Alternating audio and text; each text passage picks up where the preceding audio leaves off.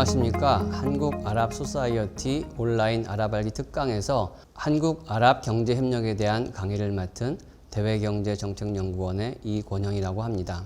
이번 강의에서는 한국과 아랍 간의 경제협력의 특징을 살펴보고요. 그 다음에 향후에 어떤 방향으로 나아갈지에 대해서 알아보도록 하겠습니다.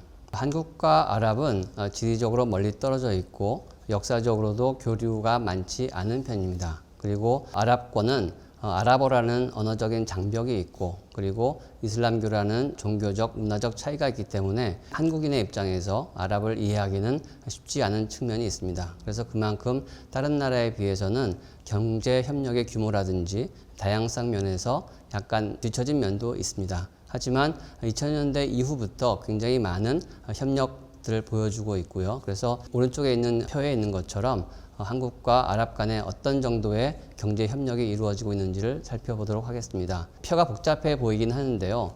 세 번째 줄에 있는 아랍 국가 전체적인 내용을 한번 보게 되면 수출과 수입, 그리고 수출과 수입을 더한 교역, 그리고 수입 중에서도 석유 수입과 가스 수입, 그리고 해외 건설 수주액, 그리고 현지 투자액을 한번 정리를 해보았습니다. 그래서 아랍 전체적으로 보게 되면 수출액은 160억 달러, 수입액은 약 689억 달러에 이르고 있습니다. 수출과 수입이 차이가 나는 것은 아랍 산유국에서 원유 수입과 가스 수입을 하기 때문인데요.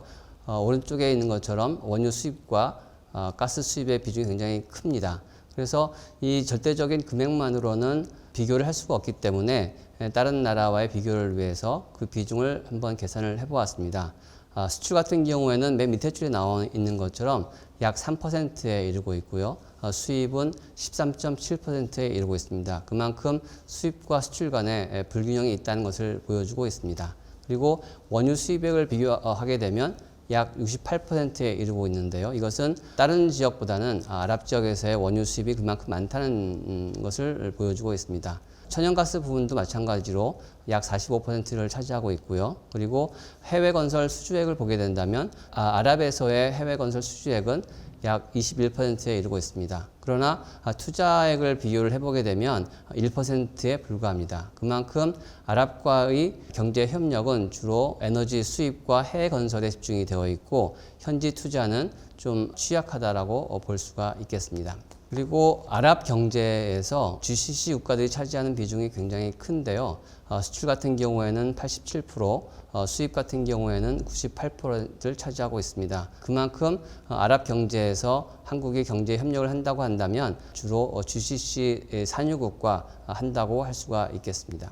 오른쪽에 있는 표는 22개국의 아랍 경제들의 구체적인 수출과 수입, 그리고 원유 수입액과 가스 수입액, 그리고 해외 건설 수주액, 그리고 현지 투자액을 비교한 것입니다.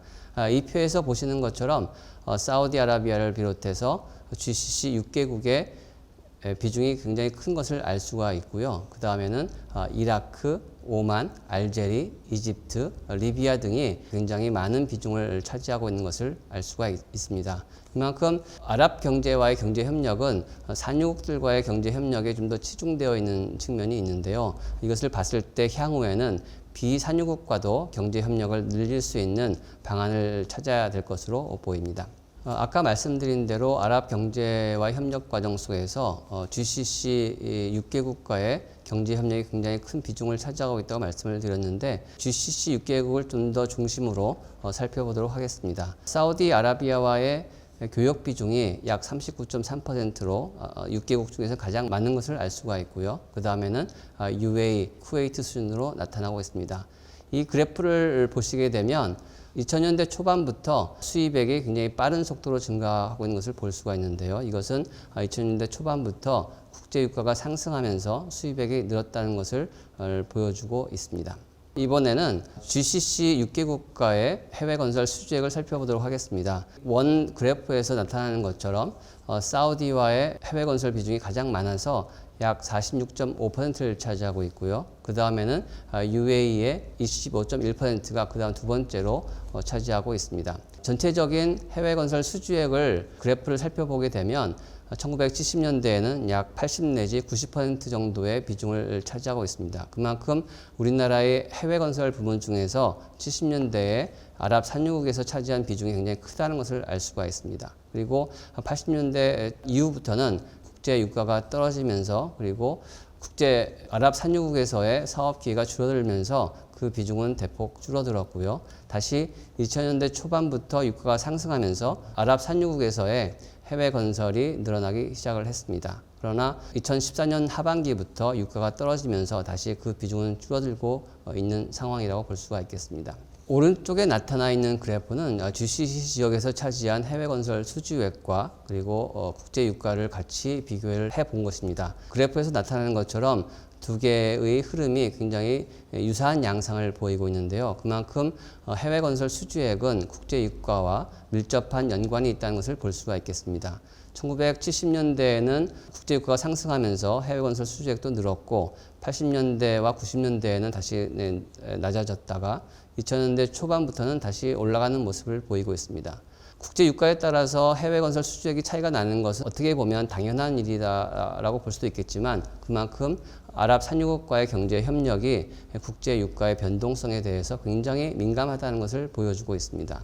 따라서 우리나라와 아랍 산유국과의 경제 협력을 좀 더 지속적으로 발전시키기 위해서는 국제 유가의 변동성에 덜 민감하도록 경제 협력을 다변화할 필요가 있다라고 볼 수가 있겠습니다. 그 다변화하기 위한 노력의 일환으로서 2000년대 중반부터 유가가 올라가면서 아랍 국가들과의 다변화 전략을 취해 왔습니다. 2006년에서 2007년부터 우리나라의 정상이 아랍 산유국에 방문을 해서 정상회의를 하고 그리고 한국과 GCC 간의 자유무역 협정을 제안하기도 했습니다. 그리고 한국 아랍 소사이어티가 설립된 것도 2008년 무렵인데요. 유가가 올라가면서 아랍 국가들과의 경제 협력을 좀 더 강화하기 위해서 만들어진 것입니다. 조금 전에 말씀드린 바와 같이 한국과 아랍 산유국 간의 경제 협력은 국제 유가의 변동성에 매우 민감하게 작용한다고 말씀을 드렸는데요. 저유가에 대해서 아랍 산유국들은 오른쪽 그래프에서 밑에 나와 있는 것처럼 경제 다각화를 강화한다든지 재정 안정화 그리고 외국인 직접 투자를 확대하는 다양한 노력들을 기울이고 있습니다. 그래서 이에 기반해서 우리나라와 아랍 산유국과의 경제 협력도 좀 더 다양화할 필요가 있는데요. 기본적으로는 아랍 국가들과 우리나라의 상황이 좀 상이하긴 하지만 그래도 동반 성장을 할 수 있는 기본적인 비전을 공유하면서 협력 플랫폼을 구축을 해야 될 필요가 있습니다. 이 그림에서 나타나는 바와 같이 크게 네 가지 부분으로 나누어서 살펴볼 수가 있겠습니다. 하나는 산업협력, 그다음에 에너지협력, 투자협력, 제도협력으로 나눌 수가 있겠는데요. 그동안에 70년대부터 주로 에너지 수입이라든지 해외 건설에 치중해 있다고 한다면 그것을 좀 더 넘어서 산업협력의 입장에서도 새로운 성장산업을 육성하는 데 있어서 협력을 강화하고 그리고 중소기업이라든지 스타트업을 육성하는 데 있어서도 같이 공동의 노력을 할 필요가 있다고 볼 수가 있겠습니다. 그리고 에너지 협력의 입장에서도 단순히 에너지를 수입하는 것 이외에 신재생 에너지를 개발한다든지 또는 디지털 기술을 적용해서 디지털 오일 개발을 공동으로 추진하는 것도 좋은 전략 방안이라고 생각이 됩니다. 그리고 초기에 말씀드렸던 것처럼 투자 비중은 굉장히 미미합니다. 그래서 투자 협력을 좀 더 강화할 수 있는 정책 인프라와 제도를 만들 필요가 있겠습니다. 그래서 양국 간의 투자 서밋을 개최한다든지 또는 중소기업의 진출을 좀 더 강화하기 위해서 전용 펀드를 구축한다든지 하게 되면 좀 더 금융적인 지원 하에서 우리나라의 중소기업과 대기업이 합심해서 아랍 산유국에 진출할 수 있는 그러한 분위기가 만들어질 수 있을 것으로 보입니다. 그리고 아랍 산유국에 그치는 것이 아니라 제3국 공동 투자를 통해서 아랍 산유국과 우리나라가 합심해서 아프리카라든지 또는 유럽에 공동 진출할 수 있는 사업 기회를 만들게 된다면 지금까지의 경제 협력을 좀 더 다양화하고 좀 더 심도 있는 방향으로 나아갈 수 있을 것이라고 생각이 됩니다. 그리고 제도 협력 차원에서도 그동안 우리나라가 경제 구조 조정을 위해서 취해왔던 제도 개혁의 경험을 공유를 하고 그리고 공무원 연수 프로그램 등과 같이 인적 자원 개발을 공동으로 추진하는 그러한 정책들을 취하게 된다면 우리나라와 아랍 국가들 간의 경제 협력을 보다 깊이 있게 할 수 있을 것이라고 생각이 됩니다. 네, 오른쪽 표에 나타나고 있는 것은 아까 말씀드린 바와 같이 중소기업의 진출을 좀 더 강화하기 위해 필요한 산업협력을 보여주고 있습니다. 중소기업들은 그동안 대기업에 눌려서 잘 진출 못한 측면이 있었는데요. 중소기업이 좀 더 독자적으로 진출할 수 있는 사업 방안을 만들 필요가 있겠습니다. 이 표에서 나타나고 있는 것처럼 신도시 건설이라든지 전문 병원 설립 등과 같이 중소기업이 좀 더 잘할 수 있는 분야를 찾아서 아랍 산유국에 진출할 수 있는 방안을 만들 필요가 있을 것이고요. 그리고 중소기업들이 좀 더 초기 정착이라든지 또는 제도적인 장벽을 좀 더 극복할 수 있도록 한국 중소기업 전용 단지를 만든다든지 하는 것도 국내 중소기업에 진출하는 데 도움이 될 것이라고 생각이 되고요. 좀 더 구체적으로는 중소제조업이라든지 중소서비스업, 중소제조업 같은 경우에는 의료기기나 교육, 신재생 에너지 부분들이 포함이 되고요. 중소서비스업 같은 경우에는 자동차 정비업이라든지 교육 이런 부분들이 포함이 될 텐데요. 중소제조업이나 중소서비스업에 대해서도 협력을 강화할 수가 있을 것으로 보입니다. 그리고 인적자원 개발 차원에서도 업종별 직업훈련센터라든지 또는 기업 내 직업훈련센터를 설립을 해서 관련된 소프트웨어를 수출하고 또는 우리의 인력들이 진출할 수 있는 그런 여지를 만드는 것도 굉장히 중요한 산업협력이 될 수 있다고 생각이 됩니다. 오른쪽에 있는 편은 지난 7월 달에 우리나라 정부가 발표한 한국판 뉴딜 정책입니다. 크게 디지털 뉴딜과 그린 뉴딜로 구분해서 나와 있는데요.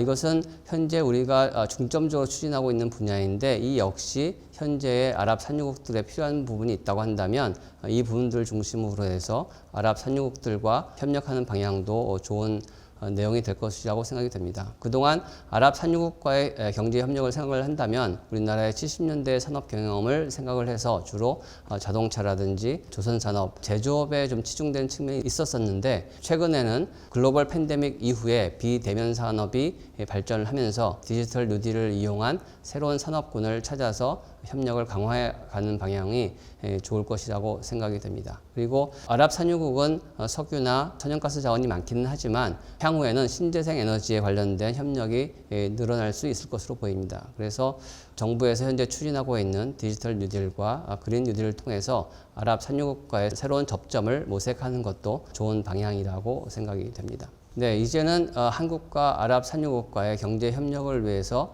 상호 이해가 필요하다는 점을 말씀드리고 싶은데요. 이것을 위해서는 이슬람 문화에 대한 편견을 극복할 필요가 있겠습니다. 이슬람 공포라든지 또는 이슬람 문화나 또는 석유 부국에 대한 희화가 주로 이루어지기도 했었는데 이러한 편견들을 극복해야지만 아랍 국가들과의 경제 협력이 좀 더 강화될 수 있을 것이라고 생각이 됩니다.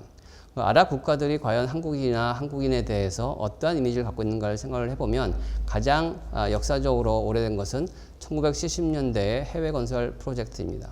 그동안 열사의 땅에서 어려운 프로젝트를 근면과 성실로서 한국인 근로자들이 추진을 해왔었는데요. 이러한 경험과 한국인의 근면 성실성이 아랍 사람들한테는 굉장히 좋은 이미지로 다가오고 있습니다. 그리고 한국의 고도성장 경험, 1970년대에 자동차, 조선, 반도체, 철강 산업 등과 같이 고용도 많이 창출하면서 부가가치도 늘릴 수 있는 산업을 육성을 했었었는데 아랍 산유국에서 필요한 것도 바로 산업 다각화이기 때문에 이러한 경험들에 대해서도 굉장히 배우고 싶어하는 측면이 큽니다.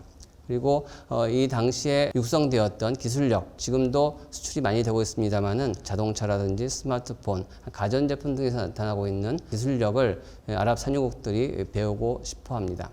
그리고 최근에 코로나19로 인해서 좀 더 부각이 되고 있었습니다만은 한국의 의료 기술력에 대해서도 아랍 산유국들이 많은 관심을 보이고 있습니다. 그 일례로 우리나라 병원이 현지에 직접 진출해서 위탁 운영하는 경우도 생기고 있습니다. 예를 들어서 우리들 병원 같은 경우에는 2011년도부터 아부다비와 두바이에 관련 병원을 운영을 하고 있고요. 그리고 2014년부터는 서울대 병원이 UAE에 있는 왕립 쉐이크 칼리파 전문 병원을 위탁 운영하고 있습니다. 그만큼 아랍 산유국에서 우리나라의 의료 기술력에 대해서 크게 평가를 하고 있다는 부분이 될 것이고요.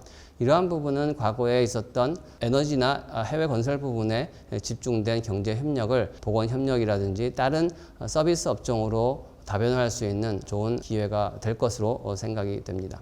앞으로는 한국과 아랍 간의 상호 이해 기반에서 좀 더 고도화된 협력을 할 필요가 있을 것입니다. 이를 위해서는 동반 성장이라는 비전을 가질 필요가 있을 것이고요.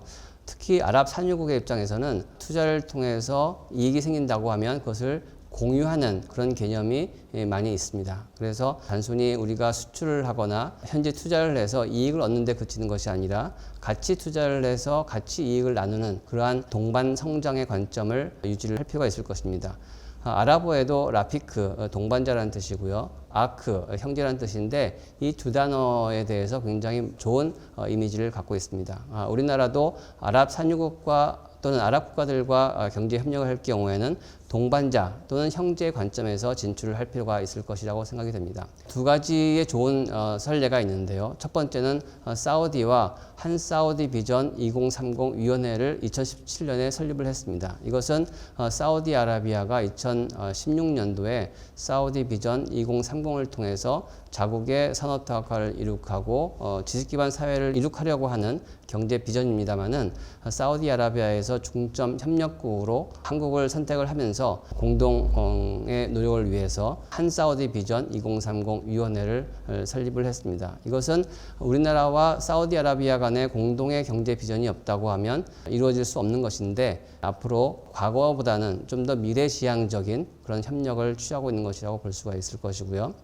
또 UAE하고는 특별 전략적 동반자 관계를 2018년도에 선언을 했습니다.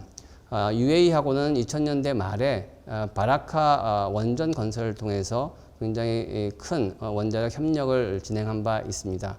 이것이 2018년도와 2020년도에 각각 1호기와 2호기가 건설이 완료가 되면서 원자력 협력에 대한 내용이 좀 더 강화되었는데요.